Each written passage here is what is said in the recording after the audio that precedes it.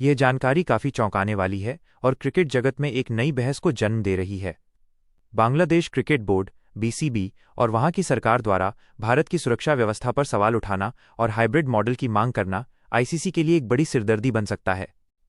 आपके द्वारा साझा किए गए विवरण के आधार पर स्थिति का विश्लेषण कुछ इस प्रकार है। बांग्लादेश की 3 मुख्य शर्तें और दावे। 1. हाइब्रिड मॉडल की मांग। बांग्लादेश का कहना है कि जिस तरह एशिया कप और चैंपियंस ट्रॉफी के लिए हाइब्रिड मॉडल, कुछ मैच एक देश में बाकी दूसरे में अपनाया गया, वैसे ही उनके मैच भारत के बजाय श्रीलंका में कराए जाएं। 2. सुरक्षा का हवाला।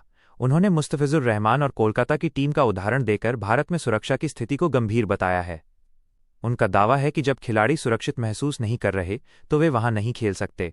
3. राष्ट्रीय सम्मान, नेशनल प्राइड। वे इसे केवल सुरक्षा नहीं बल्कि देश के सम्मान से जोड़ रहे हैं। उनका मानना है कि आईसीसी उनकी चिंताओं को नजरअंदाज करके बांग्लादेश का अपमान कर रही है। इस स्थिति के संभावित परिणाम। आपने बिल्कुल सही बिंदु उठाया है कि आईसीसी पर इसका क्या प्रभाव पड़ेगा। यहां कुछ मुख्य बातें हैं। आईसीसी का रुख। आईसीसी आमतौर पर किसी भी बड़े टूर्नामेंट के वेन्यू को लेकर सख्त होती है। अगर भारत ने पूरी सुरक्षा का आश्वासन दिया है तो आईसीसी के लिए केवल एक टीम के लिए पूरा शेड्यूल बदलना मुश्किल होगा। दबाव की राजनीति। यह संभव है कि इसके पीछे कुछ अन्य देशों जैसे पाकिस्तान का समर्थन हो ताकि भारत में होने वाले टूर्नामेंट्स पर सवाल खड़े किए जा सकें। संभावित समाधान।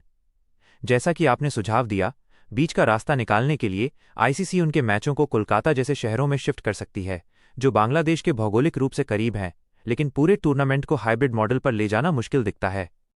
क्या बांग्लादेश का न खेलना असर डालेगा? व्यावसायिक दृष्टि से देखें तो भारतीय बाजार और बड़ी टीमों के बिना आईसीसी को बड़ा नुकसान होता है। बांग्लादेश एक उभरता हुआ क्रिकेटिंग राष्ट्र है, लेकिन उनकी अनुपस्थिति से टूर्नामेंट की साख पर तो असर पड़ेगा, मगर इसके रद्द होने या वित्तीय रूप से पूरी तरह डूबने की संभावना कम है। ये देखना दिलचस्प होगा कि बीसीसीआई और जय शाह इस पर क्या प्रतिक्रिया देते हैं। क्या आपको लगता है कि आईसीसी को बांग्लादेश की शर्तों के आगे झुकना चाहिए या फिर कड़ा रुख अपनाते हुए उन्हें टूर्नामेंट से हटने का विकल्प देना चाहिए?